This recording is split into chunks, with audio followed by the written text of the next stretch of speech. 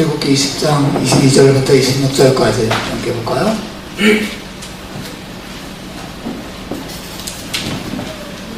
우리 서로 한 절씩 기도하겠습니다. 여호와께서 모세에게 이르시되 너는 이스라엘 자손에게 같이 이르라. 내가 하늘에서부터 너희에게 말하는 것을 너희가 친히 보았으니 너희는 나를 주어서 이르나 무서냐 너희를 위하여 하지 말고 내가 토단을 쌓고 그 위에 너의 양과 소로 너의 번제와 화목제를 드리라. 내가 무릇 내 이름을 기념하게 하는 곳에서 내게 강림하여 복을 주리라. 내가 내게 울고 주어놨다거든 나를 울고 쌓지 마라. 내가 손으로 그것을 주면 부정하게 같이 읽겠습니다. 너는 칠개로 내 단에 오르지 말라. 내 하체가 그 위에서 드러날까? 아멘이라. 아멘. 여러분들 오늘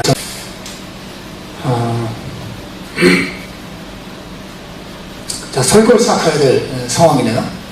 곧바로 설교 시작하겠습니다.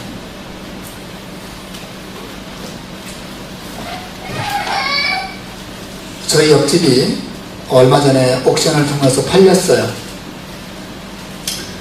근데 그 집이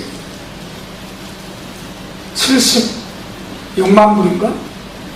팔린 거예요. 저희 집 와보신 분들이 아시죠? 굉장히 비싸게 팔리지 않았습니까? 바로 우리 이 옆 유닛, 방 3개짜리 유닛인데, 78만 불. 비싸구나. 이런 생각이 들었습니다. 옥션을 제가 옆집이니까 옥션 한 번도 구경 못 해가지고, 한번 갔어요. 가서 옥션 구경을 했는데, 너무 신기하고 재밌더라고요. 옥션 하는 담당하신 분이 나와서, 짤락짤락 하면서, 사람들에게 값을 부르도록 요청하는데, 50만 불부터 시작해서 60만 불, 65만 불, 올라갈까 싶으면 또 70만 불, 71만 불, 72만 불, 72만 5천, 자, 72만 7천, 갑자기 75만 이렇게 뛰는 거예요. 계속 뛰어서 결국 78만 불에 집에 낙찰이 됐습니다. 시드니 집값이 정말 비싸다고 하는데, 여러분 세상에서 제일 비싼 집이 얼마인지 아십니까? 제가 인터넷에 확인해 보니까 자그마치 13조 3272억 짜리 집이 있습니다. 그러니까 안 놀랐어요? 네? 만만하게 보이세요? 뭐 100억, 1000억 정도가 아니라 13조가 넘는 집이 있다는 거죠. 어떻게? 근데 더 놀라운 것은 방이 딱 8개입니다. 방 8개짜리 스위스에 있는 이름을 밝히지 않은 갑부의 집입니다. 그 방 8개밖에 안 되는데 왜 이렇게 비싸냐? 그 집은 말이죠, 순금과 백금으로 자그마치 20만 킬로그램을 써서 집을 지었답니다. 20kg가 아니에요. 20만 킬로를.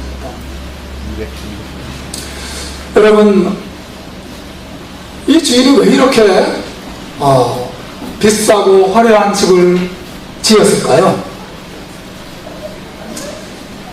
분명히 먹고 자고 누워서 뭐 생활하고 그런 목적을 위해서만 집을 짓지는 않았을 거라고 봅니다.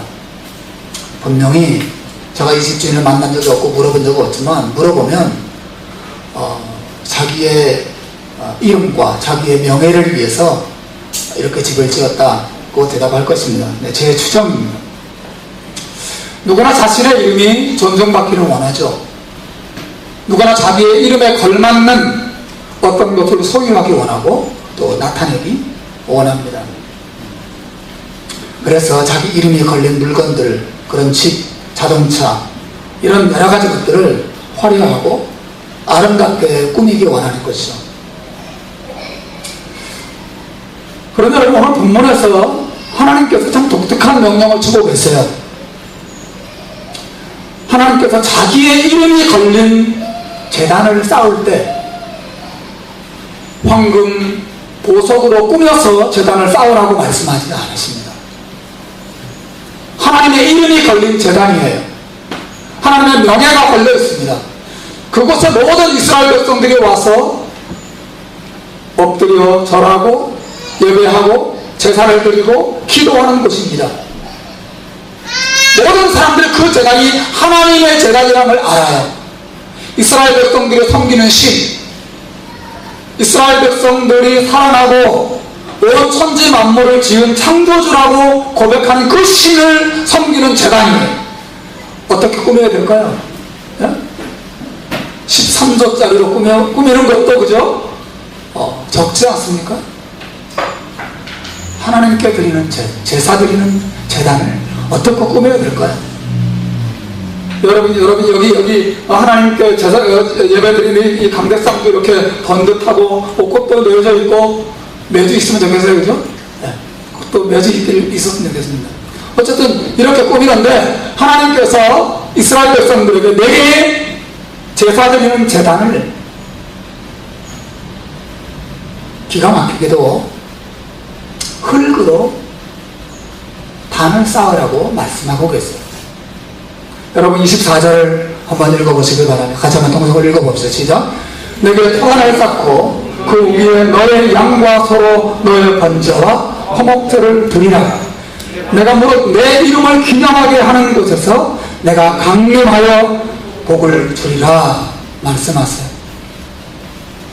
게다가 25절에 더 놀라운 말씀을 하세요. 25절도 같이 읽어봅시다. 시작. 내가 내게 돌로 단을 쌓거든 다듬은 돌로 쌓지 말라. 내가 정으로 그것을 쪼으면 부정하게 됨이니라 말씀하세요. 흙으로 얼기설기 그냥 올려가지고 막 뚝뚝뚝 삽으로 두드려가지고 흙으로 이렇게 높이 제단을 쌓고 그 위에서 양과 소를 바치고 그렇게 제단을 그 제단 삼으라고 말씀하세요. 만약에 광야에서 그런 높이 쌓을 만한 흙이 없고 다 모래밖에 없거든. 그래서 할 수 없이 돌밖에 없다면 돌로 단을 쌓을 때 그 돌을 절대로 정으로 다듬지 말라고 해요. 그냥 자연 그대로의 돌이죠. 울퉁불퉁하고 못생긴 마치 저울 같은 울퉁불퉁하고 그런 돌덩어리를 그냥 우리 시골에 가다 보면 왜 큰 나무 밑에 돌 던져가지고 막 돌을 이렇게 수북히 쌓아놓잖아요, 그죠? 그런 것처럼 그렇게 돌들을 모아서 단을 쌓고 그 위에서 하나님 앞에 제사를 드리고 예배하라고 말씀하세요. 흙으로 단을 쌓고 돌로 단을 쌓더라도 절대로 돌을 다듬지 말라고 말씀하세요. 자연 그대로의 그 못생긴 모습 그대로의 단을 쌓으라고 말씀하세요. 그러면 좀 높게라도 지어야죠. 근데 뭐라고 말씀하세요? 26절에 보십시오. 26절 시작. 너는 층계로 내 단에 오르지 말라. 내 하체가 그 위에서 드러날까 함이니라. 제단을 높이 쌓아서 그 제단에 올라가려면 그 계단을 만들어서 말이죠. 이렇게 올라가도록 해야 되는데 그렇게 하지 말라는 거죠. 흙으로 단을 쌓고 돌로 제단을 쌓을 경우에는 다듬지도 말고 높게도 쌓아 계단이 필요 없을 만큼 높게도 쌓지 말라고 말씀하세요. 너무너무 초라하고 너무너무 볼품없고 너무너무 소박한 그런 제단을 쌓고 그 제단 위에 양과 소를 올려놓고 하나님 앞에 제사를 드리라고 하나님 말씀하세요. 그런데 24절을 다시 한번 보십시오. 24절 같이 읽읍시다. 시작. 내게 토단을 쌓고 그 위에 너의 양과 소로 너의 번제와 화목제를 드리라. 내가 무릇 내 이름을 기념하게 하는 곳에서 내게 강림하여 복을 주리라 말씀하세요. 그런 토단이라 하더라도 그런 그냥 자연 그대로의 돌 얼기설기 모아놓은 그런 제단이라 하더라도 그곳에 내 이름이 있기 때문에 내가 그곳에 임해서 내게 복을 주겠다고 약속하고 계세요.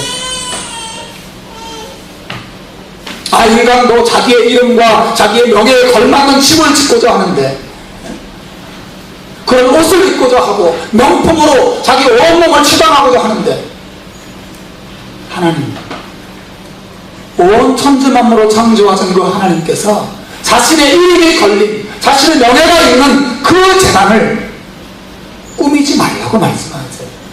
꾸미지 말고 자연 그대로 흙으로 단을 쌓고 다듬지 않은 돌로 재단을 쌓고 넓게도 말고 그냥 야트막하게. 여러분 놀랍지 않습니까? 물론 여러분, 이 재단의 형식은 이스라엘 역사 내내 계속된 재단의 모습은 아니에요. 이것은 광야에서 이스라엘 백성들이 머무는 동안 일시적으로 사용했던 재단의 모습입니다. 모세가 나중에 성막을 짓죠, 그죠? 성막을 짓는데 그 성막 안에도 이 재단이 놓여졌는데 그 재단은 그래도 조금 볼만합니다. 조각목으로 너무 반듯하게 재단을 만들고 뿔도 세우고 또 금띠를 두르고 그리고 볼품있게 재단을 쌓았어요. 재단을 만들게 명령하셨습니다. 또 나중에 약 400년 이후에 솔로몬의 성전을 크게 짓는데요, 거기에 나오는 그 재단은 가로 세로 길이가 약 10m, 높이가 약 5m 되는, 그래서 제사장이 제사를 드리려면 계단을 올라가야 되겠죠, 그죠? 5m는 이 천정보다 더 높은 위치인데요. 계단을 올라가서 제사를 드려야만 하는 모습이었어요. 그래서 오늘 본문의 이것은 솔로몬 성전을 짓기도 전에, 또 모세를 통해서 성막을 만들기도 전에 일시적으로 하나님께서 일시적으로 명령하신 재단의 모습이에요. 그럼에도 불구하고 하나님께서 이스라엘 백성들에게, 이스라엘 공동체를 향해서 최초로 명령하신 재단의 형태가 뭔가 우리에게 중요한 메시지를 전달해주고 있다는 것입니다. 그게 뭐예요? 하나님께서는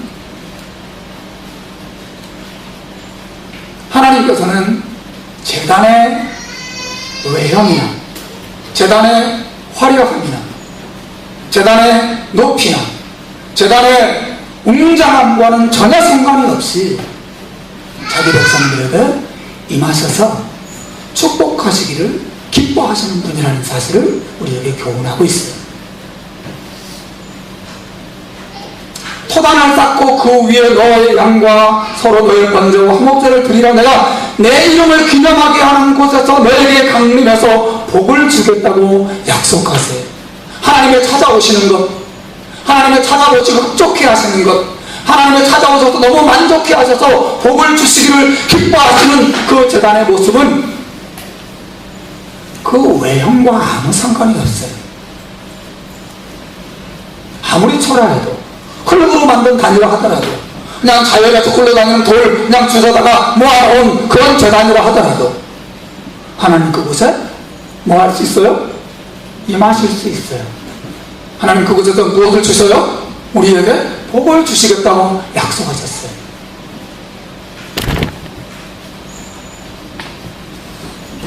하나님은 인간이 어떤 노력과 수고로 자기 자신과 또 자기의 어떤 외적인 모습을 화려하게 꾸미는 것과 상관이 없이 우리에게 찾아오시고 우리에게 은혜 베푸시는 분이세요. 적극적으로 말하면 여러분, 하나님은 꾸미는 것을 안 좋아하십니다. 뭘 안 좋아하세요? 꾸미는 것을 안 좋아하세요. 기본적으로 자연 그대로 있는 모습 그대로 겸손하게 하나님 앞에 엎드리는 것을 하나님은 기뻐하신다는 것이죠. 여러분, 본문을 제가 좀 더 들어가 보겠습니다. 본문의 내용을 잘 주목해 보십시오. 하나님께서 오늘 본문에 보면 다 뭐 하지 말라로 이루어져 있어요. 그렇죠. 금이나 은으로 내 신상을 만들지 말아라. 토단을 쌓되 다듬은 돌로 재단을 쌓지 말아라. 또 게다가 계단을 만들거나 계단 위에 올라가지도 말아라 계속 말씀하세요. 이 모든 것이 공통점이 있지요. 돌로 계단을 쌓기 위해서 돌을 정으로 세워서 말이죠 다듬는 일, 계단을 만드는 일, 또 하나님을 위해서 아주 멋진 형상을 만드는 일, 모든 일이 뭐가 관련되어 있죠? 인간의 정성과 인간의 수고와 인간의 노력과 하나님께 한번 잘 보여보려는 그런 수고와 노력들과 연관되어 있죠. 하나님께서 그렇게 하지 말라고 말씀하세요. 도리어 그냥 안 해도 돼, 나는 그 흙으로 충분하거든, 이 정도가 아니라 그렇게 하지 말아야 된다고 말씀하세요. 나는 그러한 제단과 그런 제사를 기뻐하지 않으신다고 말씀하시는 것입니다. 하나님의 축복은 내가 열심히 뭔가 노력해서 하나님 마음에 드는 수고와 또 노력을 통해서 얻어내는 것이 아니라고 말씀하세요. 하나님의 축복은 오직 하나님의 은혜로만 얻는 것입니다. 여러분 믿으시길 바랍니다. 하나님께서 내가 제사 드리는 나의 모습, 또 내가 하나님을 위해서 쌓는 제단의 모습이 아무리 부족하고 초라하더라도 그곳에 찾아오셔서 그 죄인을 받으시고 그 죄인에게 은혜를 베푸시고 그 죄인을 축복하시는 분이라고 성경은 말하고 있는 거예요. 하나님은 은혜를 주시는 분이시고 우리가 그 하나님의 은혜 하나만을 의지하고 은혜 하나만을 바라고 하나님께 나와서 예배하고 하나님을 섬기기를 원하십니다. 그래서 하나님의 뜻이에요.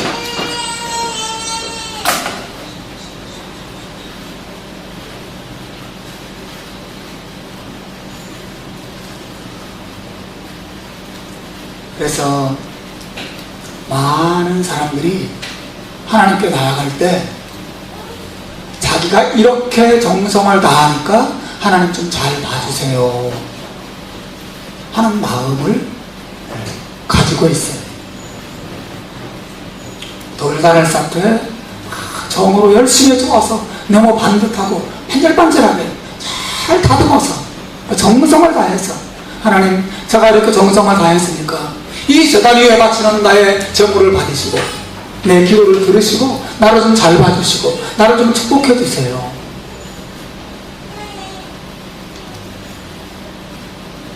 하나님이 그렇게 하지 말라고 말씀하세요.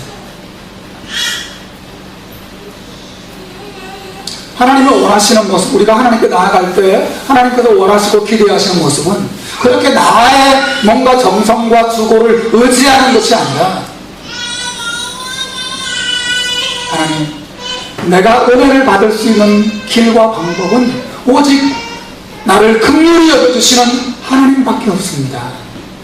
이렇게 하나님의 은혜 하나만을 바라고 하나님의 은혜 하나만을 의지하는 모습으로 하나님께 나아오라고 오늘 본문에서 우리에게 교훈해 주시는 거예요. 하나님의 은혜만을 의지하는 것. 여러분은 어떠세요? 여러분은 하나님께서 여러분에게서 여러분이 하나님께 아무것도 드릴 것이 없어도 하나님 앞에 여러분이 내세울 것이 아무것도 없어도 여러분이 제 아무리 초라하고 부족해도 그저 불쌍히 여겨주시기를 바라는 마음으로 하나님께 나아가기만 해도 하나님이 나를 받아주신다는 믿음이 있습니까? 내가 아무리 부족하고 내가 아무리 죄가 많고 내가 아무리 더럽고 내가 아무리 하나님 보시기에 너무 죄송하고 뭔가 내가 너무너무 죄송하기 때문에 나를 좀 꾸며서 뭔가 정성을 다해서 하나님께 뭔가를 드려야 하나님 나를 좀 마음에 들어 하지 않으실까? 라고 하는 이런 어리석은 긴장감을 가지고 하나님께 나온 분들은 안 계세요?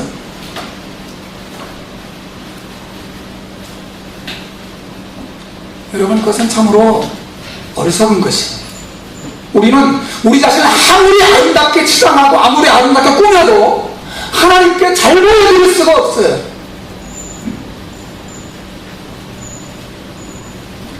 제가 아내와 결혼하기 전에 만나서 데이트하고, 물론 데이트 한 6개월밖에 못했지만 6개월 만에 결혼했으니까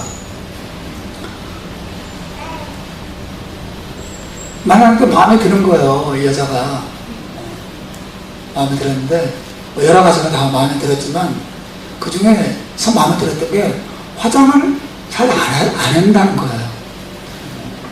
그 당시에는 제가 화장을 막 진하게 하는 여자들 별로 안 좋아했었거든요. 지금은 아닙니다. 지금은 지금은 해도 좋고 안 해도 좋고 뭐 그러는데, 그래서 뭐 화장하신 분들 뭐 좀 계시고 한데, 지금은 뭐 저는 해도 되고 안 해도 되고 그렇습니다.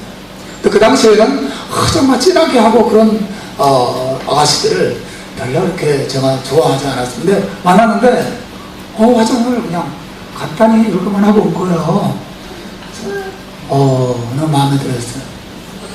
근데 사실 뭐 원판이 받쳐주니까 화장을 안 했겠지만, 근데 분명히 그 당시에 제 생각 속에 화장한 아가씨들에 대한 또 부정적인 생각이 있었나 보죠. 그래서 그랬을 겁니다. 근데 제 눈에 그냥 그대로 있는 그대로의 모습이 너무 예쁘게 보이고 사랑스럽게 보였단 말이죠. 여러분, 하나님도 우리의 화장한 얼굴보다는 우리의 생활을 훨씬 더 좋아하세요. 내가 아무리 수가 바르고 변장을 하고 뭐 아름답게 꾸며도 그렇게 한다고 나의 더러움과 나의 추함과 나의 못남과 나의 부족함들이 하나님 앞에 가려질 수 있을까요? 여러분이 어떤 정성을 다하면 하나님의 마음을 감동시킬 수 있을까요? 절대 없어요. 여러분이 돌담 고정하고 황금으로, 아니 다이아몬드로 재단을 쌓고 거기에 소와 양과 수많은 진귀한 것들을 하나님께 바치면서 하나님 나 좀 잘 봐주세요 한다고 해서 하나님 여러분을 받아주실까요? 아니에요. 우리는 하나님 보시기에 너무너무 죄 많고 부족한 인생들이기 때문에 오직 뭔가 이렇게 가리고 치장하는 게 아니라, 꾸미는 게 아니라 오직 하나님의 자비 하나만 의지하는 것 외에는 길이 없는 자들이라는 거죠. 오늘 성경에서 하나님께서 자기 백성들에게 요구하시는 마음, 자기 백성들에게 요구하는 하나님께 나오는 자세가 바로 그것입니다.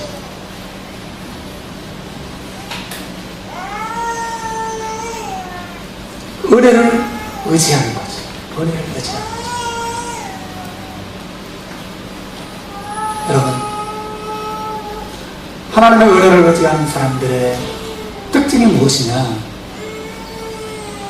하나님의 은혜를 의지하는 사람들의 첫째 특징은 자기의 한계 안에 주저앉지 않는다는 거예요. 뭐 한다고요? 자기의 한계 안에 주저앉지 않는다는 것입니다. 여러분도 여러분 자신을 볼 때 좀 한심할 때가 있지 않습니까?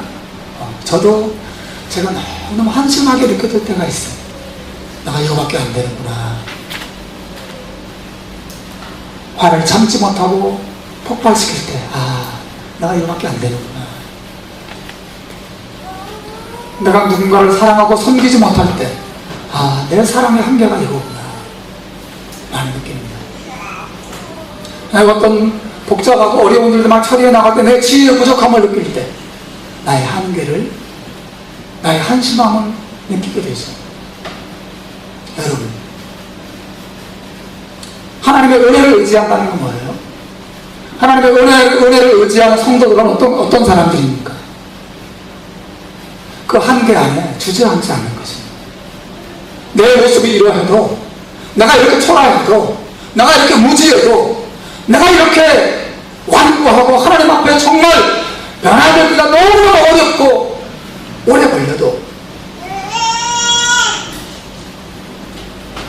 하나님께서는 이러한 죄인에게 은혜를 베푸시는 분이라는 사실을 의지하고 그 은혜 안에서 일어서는 자들인 줄로 믿습니다. 이것이 하나님의 은혜를 의지하는 성도의 자세예요. 기독교가 뭔가요? 기독교는 자기의 힘으로 무엇인가를 하는 게 아니에요. 자기의 힘과 수고와 노력으로 어떤 신을 감동시켜서 축복을 얻어내는 종교가 기독교가 아닙니다. 기독교는 뭐예요? 도리어 자신의 연약함과 한계를 하나님 앞에 인정하는 것입니다. 그러나 나의 죄를 생각하거나 나의 연약함을 생각할 때 나는 주저앉고 쓰러질 수밖에 없지만,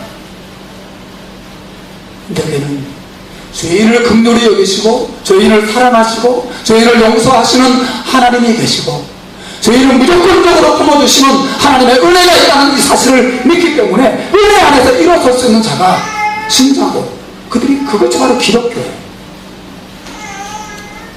은혜를 의지하는 성도는 자기의 한계 안에 주저앉아 있지 않습니다. 시련과 환난이 신자를 쓰러뜨려도 하나님의 은혜 안에서 하나님의 은혜는 다시 그 사람을 일으켜 세웁니다. 하나님께서 이 제단의 모습을 통해서 이스라엘 백성들에게 말씀하시는 교훈이 바로 그거예요. 이스라엘 백성들아, 나는 너희가 아무리 초라하고 부족한 모습으로 나와도 너희가 내 은혜 하나만을 의지하고 나올 때 나는 너를 받아주고 너희를 긍휼히 여겨주고 너희를 무조건적인 은혜를 베풀고 축복하는 자라는 사실을 말씀하고자 하시는 거죠. 도리어 나는 뭔가 하나님께 드릴 것이 있을지 몰라, 뭔가 자랑할 것, 뭔가 수고해서 하나님 마음을 한번 감동시켜보려고 감동시켜보세요. 뭐 나쁜 건 아니니까.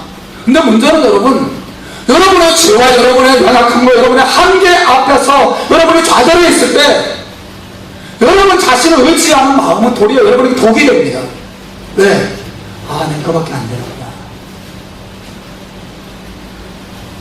뭐 어떡하지? 길이 없어. 이제 하나님의 은혜를 의지하지 않는 사람들은 자기 힘으로 뭔가 할 수 있을 때는 뭐 좋은 것 같아도 아무것도 할 수 없는 상황이 되었을 때, 너무너무 자신의 모습이 초라하고 자기의 모습이 너무 부족하다고 느낄 때, 그 순간에 오면 주저앉게 되죠. 자포자기게 됩니다. 하나님께 나아갈 수가 없어요. 그러나 은혜를 의지하는 자는 하나님께서 은혜를 주시고 힘을 주시고 뭔가 잘 나갈 때뿐 아니라 그때도 겸손하지만 정말 여러 가지 죄와 여러 가지 시련과 혼란 앞에 엎드려서 아무것도 할 수 없는 그런 절망적인 처지에 있더라도 그는 그 하나님의 은혜를 믿고 다시 일어설 수 있는 줄을 믿습니다. 여러분, 이것이 신자예요. 이것이 하나님의 은혜를 의지하는 자들의 특징이에요. 여러분 어떠세요? 여러분이 만약에 자기 자신에 대해서 포기하고 있다면 여러분은 은혜를 의지하는 사람이 아니에요.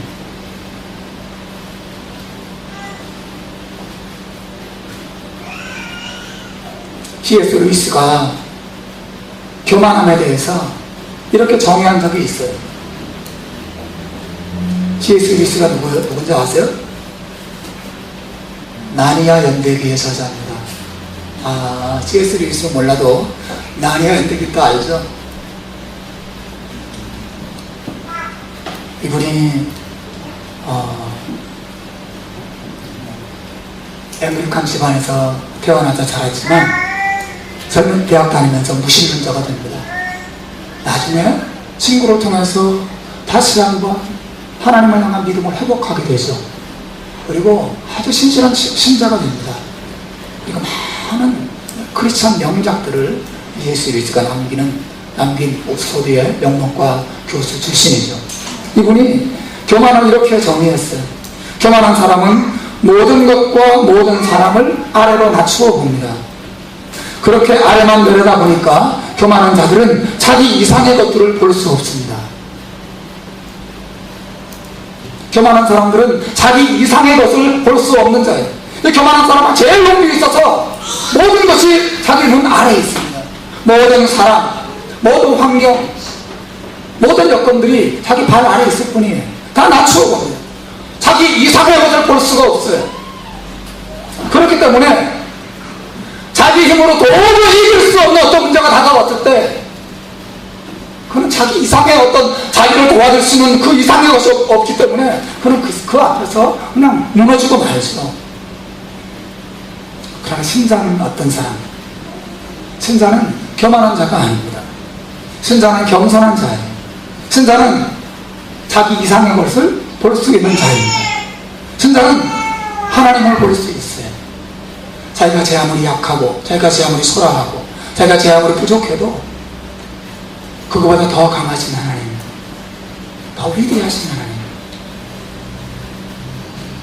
내가 그를 이길 수 없지만 나를 위해서 자기 아들을 주셔서 그 아들을 통해 죄를 이기게 하시고 내가 성령 보내셔서 믿음 가지게 하시고 하나님 의지하게 하시는 그 하나님, 자기 이상의 그 하나님과 하나님의 능력과 하나님의 은혜를 바라보는 자예요. 그것이 신자예요. 이 하나님의 은혜를 통해서 구원받고 한평생 이 하나님의 은혜를 붙들고 사는 사람들, 하나님, 나 자신을 생각하고 환경을 생각할 때 너무너무 낙심되지만 하나님의 은혜를 생각할 때마다 감격하게 되고 다시 한번 하나님의 은혜 안에서 희망과 소망을 발견하는 사람들, 그들이 그리스도인입니다. 하나님은 그러한 교회, 그러한 신자를 기뻐하십니다. 하나님이 기뻐하시는 교회 시리즈 오늘 두 번째인데, 하나님은 예배하는 교회를 기뻐하실 뿐 아니라 하나님은 하나님의 은혜를 의지하는 교회를 기뻐하세요.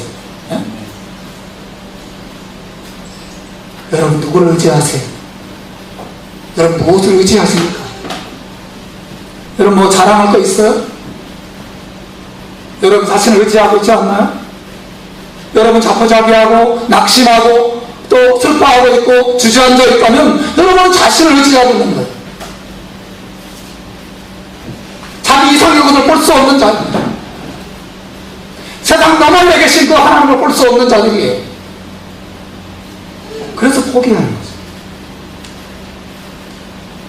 여러분 하나님의 은혜를 아세요? 하나님 얼마나 위대하신 분인지 아세요? 하나님 얼마나 지혜로운 분인지 알고 믿고 계세요? 그걸 신뢰하고 계세요? 그리고 은혜 안에서 기뻐하고 있습니까?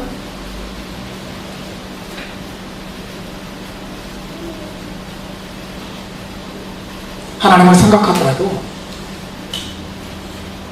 나는 하나님께 아무 드린 것이 없고 또 드릴 것도 없고 드릴 만한 상황도 아니어서 하나님 나를 안 봐주실 거야, 이런 생각하는 한 하나님이 여러분이 절대 힘이 될 수 없어요.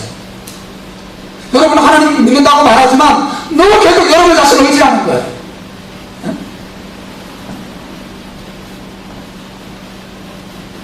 그러나 신자는 기쁠 때든 슬플 때든 희망이 보일 때든 희망이 보이지 않을 때든 내 힘으로 멋진 대단을 쌓을 만한 능력이 있을 때든 없을 때든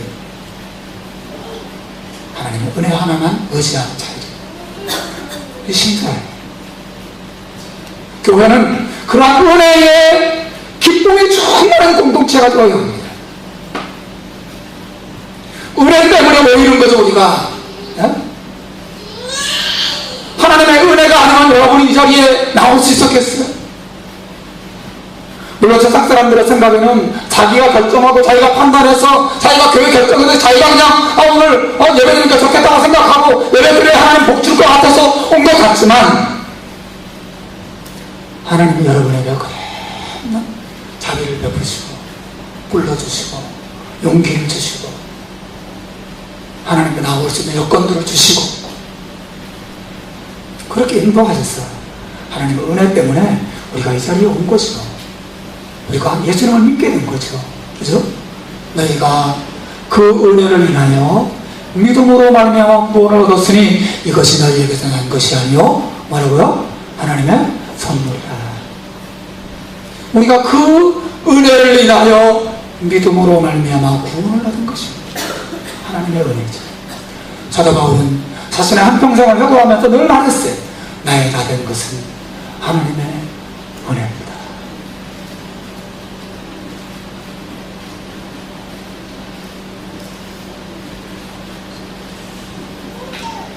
자기를 의지하는 사람, 자기는 뭐든지 다 할 수 있을 것처럼 말하는 사람, 사실은 가장 강한 사람처럼 보이지만 가장 약한 사람. 그 사람은 자기 힘을 능가하는 어떤 문제가 생기면 와르르 무너지게 되어 있습니다. 어떤 사람이 제일 강한 사람인 거예요? 어떤 사람이 제일 강한 사람이에요? 하나님의 은혜를 의지하는 사람. 하나님의 은혜를 의지하는 사람. 나는 약하지만 하나님은 강하시고, 나는 죄 많지만 하나님의 용서는 무한하고, 나는 지혜가 부족하지만 하나님의 선하심이 내 인생을 이끌어 가신다는 믿음을 가진 사람. 이 사람은 폭풍 속에서도 찬송할 수 있는 줄로 믿습니다. 여러분, 우리 교회는 은혜를 의지하는 교회가 돼요. 물론 저도 우리 교회가 좀 더 나은 환경에서 예배하기를 바라요. 또 좋은 여건에서, 또 좋은 이런 환경 속에서 수일학교 학생들도, 또 우리 성도들도 같이 예배했으면 좋겠어요. 하나님 빨리 우리 교회 성장시켜 주셔서 좋은 예배당도 가지고. 사실 저는 예배당보다는 좀 이런 우리 교회 규모에 맞는 공장이나 이런 거 좀 임대를 하든 사든지 해서 좀 깔끔하게 리모델링을 하고, 그렇게 그곳에서 예배를 하면 좋겠다, 그런 마음이 있고 그런 기도를 계속 하고 있습니다. 어제 교회들이 어두워. 그죠? 저 들어갈 때마다 우리가 어두워 교회가. 저도 집이 좀 어두운 거 딱 질색입니다. 좀 화내가지고 화나고 그랬으면 좋겠어요. 여러분, 그럼에도 불구하고 물론 이런 환경도 중요하지만 본질은 아니죠. 그죠? 교회 본질은 거기 있지 않아요. 교회 본질은 저나 여러분이나 이 자리에 모이는 모든 분들이 자기의 부족함과 한계 속에서도 포기하지 않고 날마다 하나님의 은혜를 바라고, 하나님의 은혜 때문에 감사하고, 하나님의 은혜 때문에 찬송하고, 하나님의 은혜 때문에 행복하고, 그래서 그 은혜에 하나님을 찬송하는 공동체, 은혜의 기쁨이 있는, 은혜의 능력이 나타나는 그런 공동체가 하나님이 기뻐하시는 교회의 모습인 줄로 믿습니다. 우리는 그 길로 가야 해. 그 길로 가야 해. 그래서 은혜를 기뻐하는, 은혜를 의지하는 성도들의 첫 번째 특징은 그렇게 자기 한계 안에 주저앉지 않는다는 거예요. 한 가지만 더 간단하게, 한 가지 특징만 더 말하면, 다른 사람을 사랑하고 섬기는 것이 또 은혜를 의지하는 사람의 특징이라는 거예요. 왜 그렇습니까? 그 사람, 하나님의 은혜를 한번 경험한 사람은 하나님의 은혜가, 아니 하나님의 은혜만이 자신의 유일한 소망이라는 것을 알기 때문에 정말 보이지 않는 사람, 정말 한심해 보이는 사람, 정말 연약해 보이는 사람, 그 사람도 하나님의 은혜 안에서 희망이 있다고 생각하기 때문에 그렇습니다. 은혜의 눈으로 자기를 볼 뿐 아니라 은혜의 눈으로 남도 보는 거예요. 너는 안 된다. 너는 끝이다. 저거 사람 되겠나? 그렇게 누군가를 정죄하고, 누군가를 포기하고, 누군가를 욕하는 사람, 하나님의 은혜의 능력을 알지 못하는 사람. 그 마치 자기는 자기 힘으로 그 모습이 된 거라고 생각하는 것 같지 않나요? 자기는. 여러분, 나를 변화시키고 나를 붙들어주는 것이 하나님의 은혜이듯, 연약해 보이고 한심해 보이고 한계가 뚜렷해 보이는 그 사람도 하나님의 은혜가 임하면 변화될 줄로 믿습니다. 여러분, 이 소망을 잃지 않는 것, 그래서 그 하나님의 은혜 안에서 자신도 희망을 가지고 남도 힘을 안에서 바라봐주고 격려해주고 기다려주고 또 긍휼히 여겨주고 기도해주는 것이 하나님의 은혜를 의지하는 사람들의 특징이에요. 한 가지 예화를 들고 설교를 마치려고 합니다.